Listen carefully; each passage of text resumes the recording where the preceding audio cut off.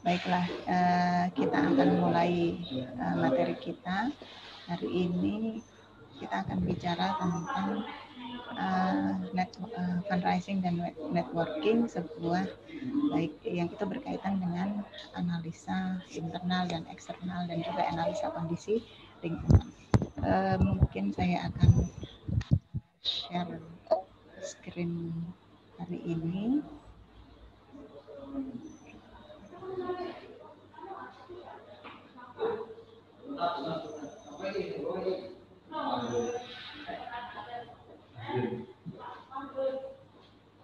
Baik, teman-teman bisa lihat semuanya ya, sudah bisa ya. Sebentar saja sebetulnya yang ingin saya sampaikan, nggak banyak, tapi setidaknya saya ingin membangun, jadi ini lebih kepada mapping ya.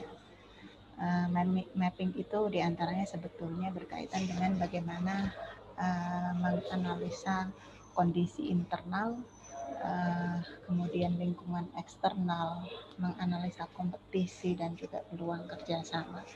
Gimana caranya sebetulnya? Ada sih caranya banyak sekali sebetulnya, tapi itu lagi-lagi terbangun dari seberapa jauh kamu membaca, seberapa jauh kamu mengikuti proses atau dinamika sosial yang ada.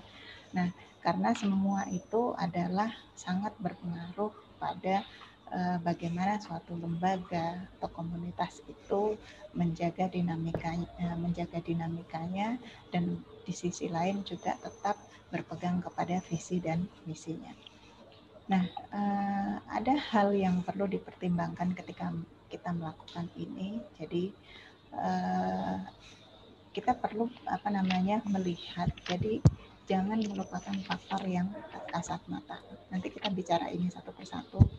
Kemudian mengetahui siapa yang harus ditempatkan di pusat strategi, ini juga penting sekali karena terkadang kita tidak melulu berpikir masalah bahwa dia paling kompeten, tetapi kadang juga ada faktor sosial juga yang itu memberikan kontribusi kepada sebagai salah satu bentuk sosial kapital. Nah, kemudian memahami perbedaan budaya yang ada di lingkungan kita.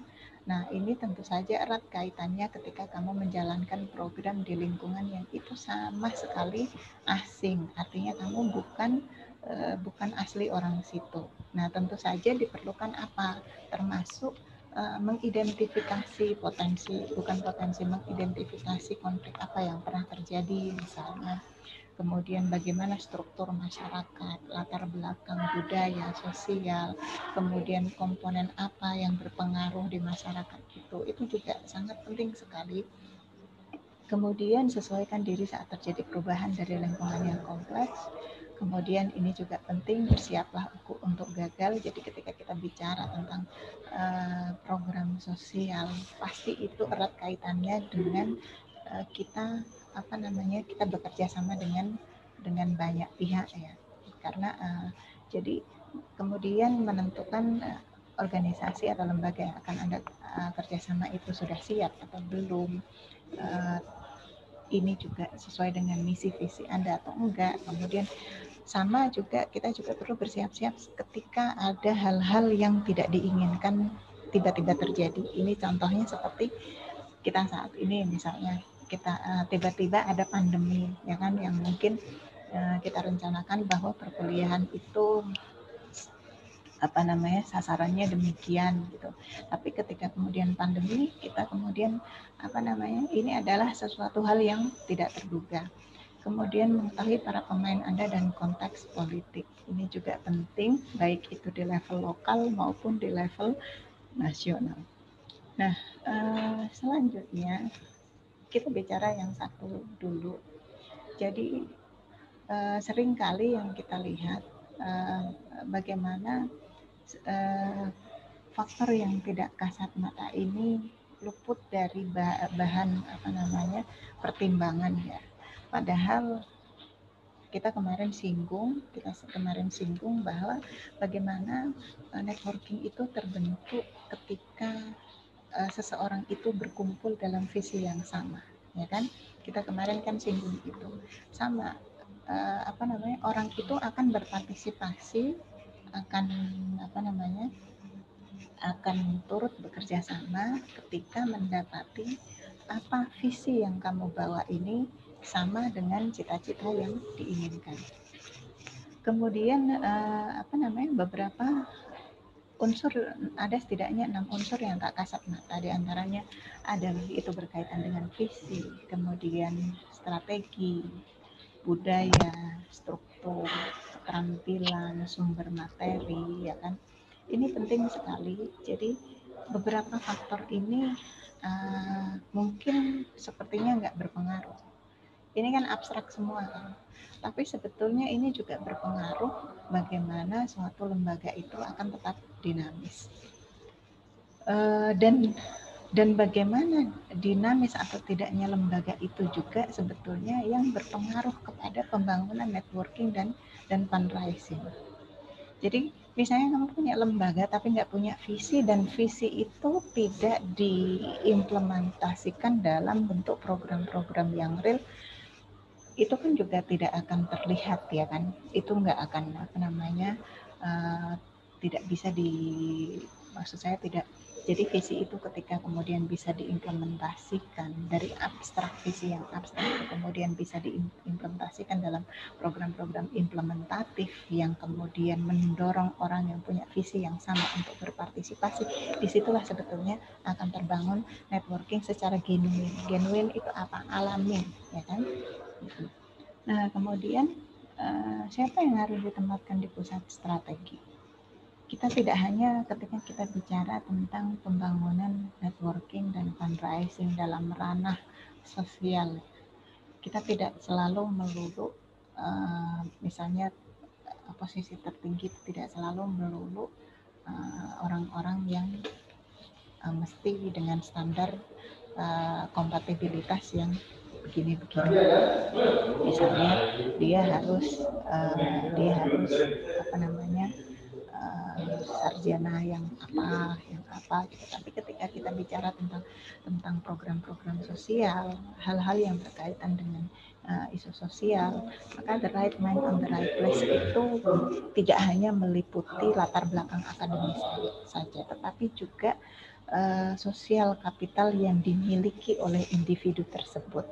Jadi makanya mungkin memperhatikan, misalnya ada suatu komunitas atau lembaga sosial itu dipimpin mungkin oleh seorang atau tokoh yang mungkin secara pengalaman organisasi atau pengalaman atau latar belakang akademis itu misalnya bukan sarjana misalnya, tapi di sisi lain dia punya sosial kapital. Sosial kapitalnya itu apa?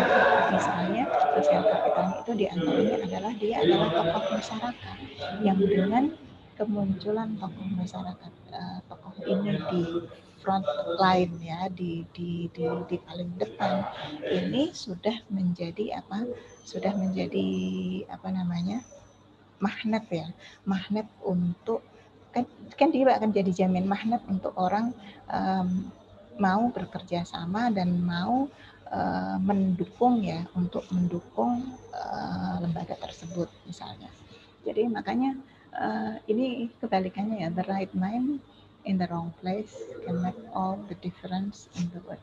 Jadi misalnya, makanya ketika orang yang benar tapi di tempat yang salah mungkin akan menjadikan perputaran itu berbeda. Makanya ini sangat krusial sekali. Mungkin Anda yang punya kapabilitas dalam kemampuan networking dan fundraising, tidak melulu kemudian kamu harus di garda terdepan. Jadi faktor-faktor sosial kapital ini juga kamu perlu pertimbangkan. Gitu. Kemudian selanjutnya memetakan perbedaan budaya, ini juga penting. Jadi sebetulnya kita bicara nilai budaya itu memang memiliki dampak pada sejumlah elemen intervensi.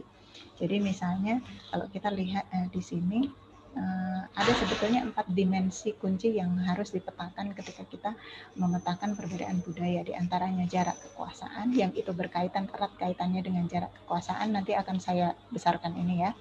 Kemudian penghindaran ketidakpastian, jadi kemudian orientasi pada kemanusiaan, kolektivisme versus individualisme, ketegasan, egalitarianisme gender, kemudian orientasi ke masa depan, kemudian orientasi kepada kinerja. Nah, ini sebetulnya ukuran ya, mengukur ya. Jadi jarak kekuasaan yang rendah ini ke sini, jarak kekuasaan yang tinggi. Ini maksudnya apa? Jarak kekuasaan itu antara lain bagaimana suatu lembaga atau komunitas itu dia mungkin dekat dengan kekuasaan di level manapun ya, dekat atau tidaknya ini juga berpengaruh kepada pembangunan networking dan fundraising. Misalnya begini, satu lembaga itu ternyata dia dekat dengan ring 1, misalnya ring 1 kabupaten misalnya. Maka ini bisa jadi akan mendorong lembaga-lembaga lain juga untuk bekerja sama, karena artinya apa? Artinya ketika dia agak dekat ya dengan kawasan, itu akan memberikan dampak kepada masukan atau rekomendasi kepada pengambil kebijakan. Nah, itu yang perlu dipertimbangkan juga. Nah, ini mungkin selanjutnya kamu bisa lihat ini ya. Nah, ini kemudian individualisme versus kolektivisme, orientasi pada kemanusiaan yang rendah, orientasi pada kemanusiaan tinggi. Jadi bagaimana suatu lembaga atau komunitas itu dia punya kepekaan nggak tentang tentang kemanusiaan, apa itu? Kamu bisa identifikasi itu.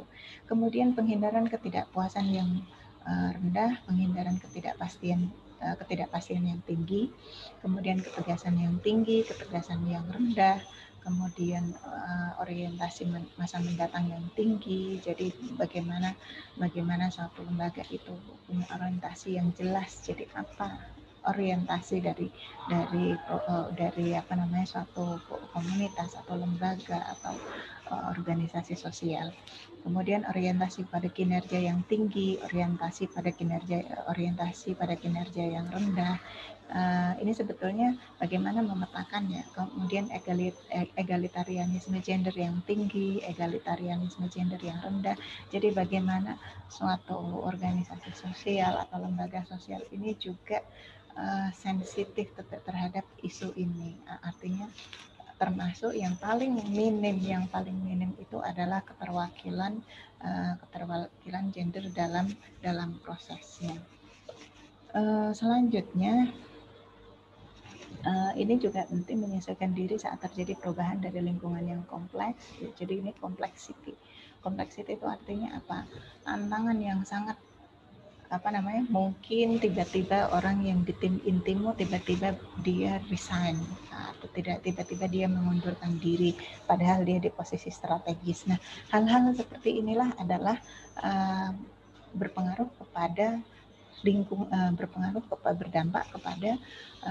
kepada kultur atau budaya yang ada dalam lembaga sosial tersebut, yang ada dalam komunitas sosial tersebut. Maka kemudian mungkin perbedaan cara berpikir, perbedaan sudut pandang, kemudian juga efek dari sosial itu, bagaimana dinamika sosial ini adalah masuk dalam perubahan lingkungan yang kompleks. Makanya kalau kata Richard Branson, dia mengatakan apa? Kompleksitas itu musuh kamu. Jadi semua orang bisa membuat hal-hal menjadi rumit, tetapi sebagai social worker itu tantangannya adalah bagaimana untuk tetap menyederhanakan sesuatu, itu adalah hal yang sulit.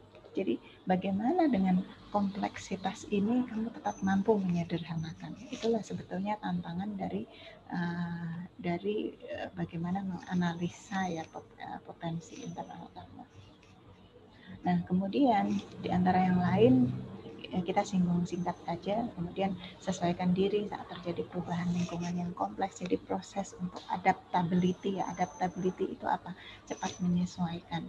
Cepat menyesuaikan jika terjadi perubahan. Kemudian ini juga yang terpenting. Jadi jangan selalu beranggapan bahwa ketika Anda melakukan sesuatu dan itu tidak terlaksana, kemudian Anda mengkategorikan itu adalah sebuah kegagalan. Jadi anggap bahwa kegagalan itu sesuatu yang sesuatu hal yang alami.